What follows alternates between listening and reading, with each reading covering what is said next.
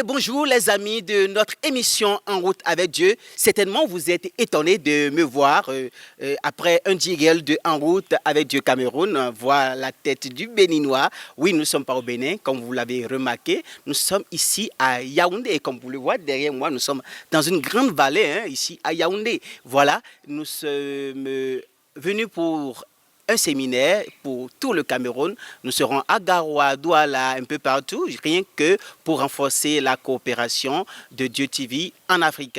Alors, ce matin, nous sommes avec une charmante dame. Elle est chantre de l'Éternel, elle est aussi écrivaine, elle est enseignante. C'est une dame très intéressante, on l'appelle Émilie Chantal TAB. Pour cette séquence, nous recevons pour vous Dame Émilie Chantal TAB. Bonjour madame. Bonjour. Alors, présentez-vous encore davantage à nos amis de l'émission En route avec Dieu.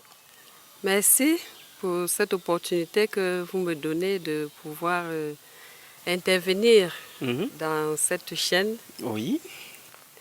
Je suis Émilie Chantal TAB, épouse du pasteur Alphonse TAB, et je suis mère de 4 enfants.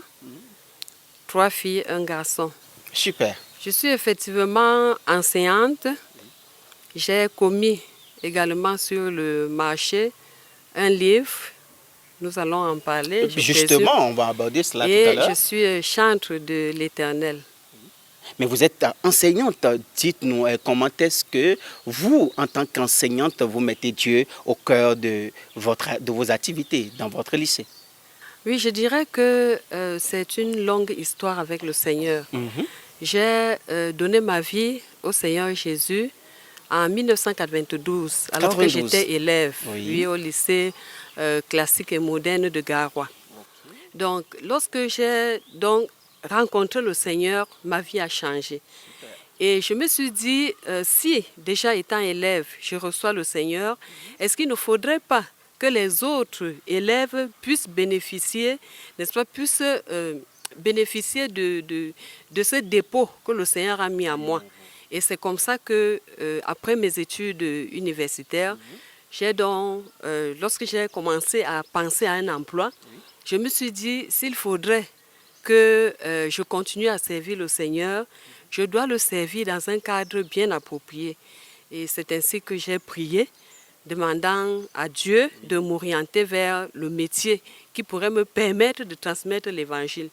C'est donc comme ça qu'après la réponse de Dieu, cette réponse est venue d'un évangéliste, un évangéliste qui m'a dit, va, couche-toi, le Seigneur va travailler avec toi. Amen. Alors donc, si je comprends bien, l'enseignement pour vous, ce n'est pas qu'un métier, mais c'est d'abord, avant tout, une vocation. Oui. C'est une vocation, c'est un appel. C'est un appel. Et justement, à mon arrivée ici, à Yaoundé, nous avons, avec l'équipe de Dieu TV ici, à Yaoundé, nous avons promené nos caméras, nous sommes allés dans votre lycée et on a pris quelques éléments pour nos amis de En route avec Dieu Cameroun. On passe l'élément, on revient sur le plateau. C'est bon? Oui.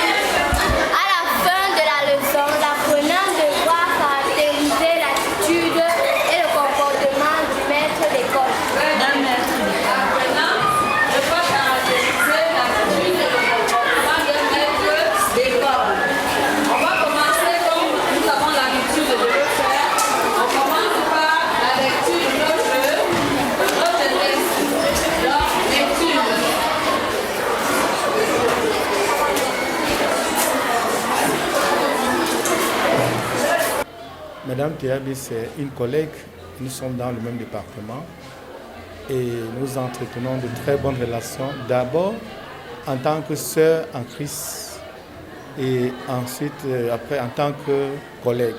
Je dis que Madame Théabé, c'est une femme très simple. Simple, vraiment, au sens propre du terme. C'est une enseignante chevronnée. Quand on parle d'enseignante ici, dans ce lycée, on nomme Madame Théabé. Elle ne peut pas manquer. Elle est l'un des meilleurs parmi les 3 que nous avons. Je ne dis pas que les autres n'enseignent pas, mais sont des leaders dans le département. Je peux m'aller plus loin en disant que si elle n'est pas là, le département ne marche pas. Je ne savais pas que parmi mes personnels, j'avais des écrivains. Et je suis contente de savoir qu'elle a la plume légère. Et désormais, je pourrais compter sur elle pour certaines rédactions. Donc, c'est une joie pour moi. Madame Théabé n'est pas au service du lycée. Elle n'est pas au service des enfants. Elle est au service de Dieu. Elle est au service de Dieu. Comme j'ai l'habitude de le dire à beaucoup de collègues, on ne sert pas Dieu le dimanche à l'église. Le service de Dieu commence là où Dieu vous a placé.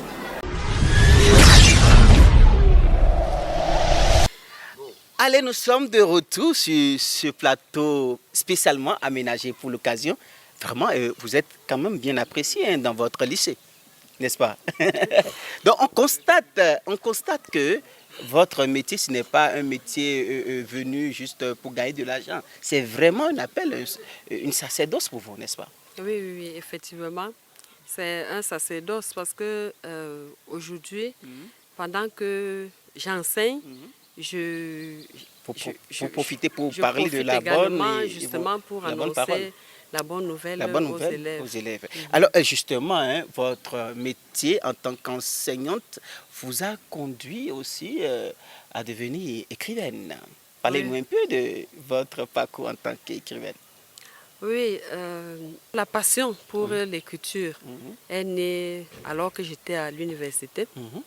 C'est ainsi que j'ai décidé de faire quelque chose qui pourra vous avez l'habitude servir. d'écrire des poèmes? Oui, j'écrivais déjà des poèmes, des petits textes, des récits même à l'église, oui, qui étaient assez intéressants et qu'on exploitait pendant les fêtes de Noël et autres. Donc, j'ai décidé donc de mettre quelque chose à la disposition du lecteur, c'est-à-dire quelque chose qui va perdurer et qui va aider la génération présente et même future. Nous savons bien que les écrits restent, ce sont les paroles qui s'envolent. Et justement, vous avez pensé mettre toutes ces paroles-là dans un petit recueil, un livre que vous avez sorti récemment qu'on appelle Espoir brisé. Espoir brisé et autres nouvelles. Et autres nouvelles, Espoir brisé et autres nouvelles. Et justement, pourquoi ce titre-là, Espoir brisé et autres nouvelles? Pourquoi ce titre? Dans le titre Espoir brisé, c'est tout simplement la quintessence de toutes les nouvelles de cet ouvrage. Parce que les différentes nouvelles s'achèvent par une note triste. Donc, on a l'impression qu'on a un certain goût d'inachevé lorsqu'on lit ces nouvelles.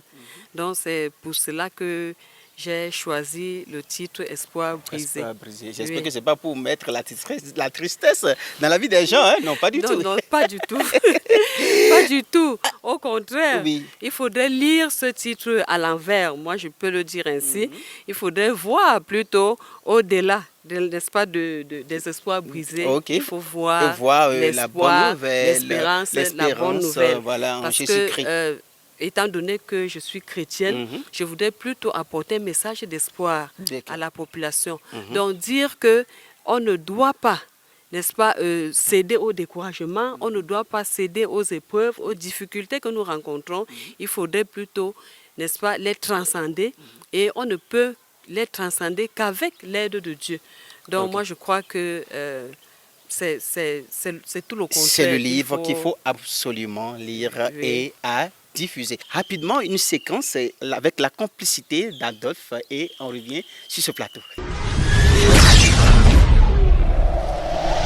Espoir brisé et autres nouvelles d'Émilie Chantal Théabé, c'est 90 pages de sensations dans un style simple et très digeste. L'auteure camerounaise revisite plusieurs fléaux qui minent la société, en l'occurrence la condition de vie de la jeune fille dans les sociétés africaines contemporaines. Celle qui, très vite, épouse le rêve d'une émigration en terres occidentales à la recherche du bonheur pour finalement se retrouver exposée à des formes d'exploitation les plus éhontées. Un essai qui accompagne les efforts du gouvernement dans la lutte contre les réseaux d'exploitation des jeunes dans le monde. Dans Espoir brisé, il y a le problème d'immigration clandestine, il y a le problème de la condition de la femme dans la société camerounaise, il y a le problème même de la malice des hommes. La malice, l'hypocrisie, le mensonge. Espoir brisé, un titre révélateur de tous les trésors que recèle le présent ouvrage. Il ne faudrait pas s'arrêter au découragement, il ne faudrait pas céder au découragement parce que le découragement ne construit pas l'avenir. Donc ce qui construit l'avenir, c'est de l'espoir. Donc il faudrait vivre, il faudrait espérer, il faudrait prendre son destin en main afin de se forger un avenir assez stable. Née le 18 février 1973, l'auteure Émilie Chantal Théabé est originaire du département du Faro dans la région du Nord Cameroun, titulaire d'une maîtrise en lettres obtenue à l'université de Gaoundéré, également diplômée de l'école normale supérieure de Yaoundé, celle qui enseigne actuellement au lycée bilingue de Mendon à Yaoundé, a écrit des poèmes, des nouvelles et plusieurs autres articles sur des faits divers de la vie courante.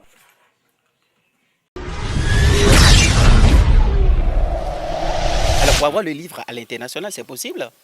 Oui, c'est possible. Ah, comment l'avoir?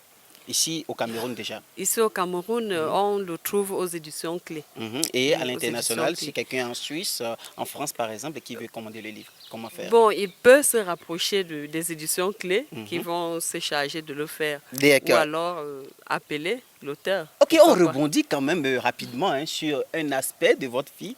Vous n'êtes pas seulement enseignante, écrivaine, mais vous êtes encore chante de Dieu. Vous avez plusieurs cordes à votre arc, décidément. Oui, effectivement. Et nous avons appris que vous avez sorti en 2008 un album qu'on appelle Révolution. Pourquoi Révolution? Donc, révolution, parce que j'ai constaté que dans la société, il y a le péché qui règne. Le péché règne, les hommes vivent sans se soucier de Dieu. Oui, ils sont dans leur état nature, n'est-ce pas? Ils ne sont pas transformés.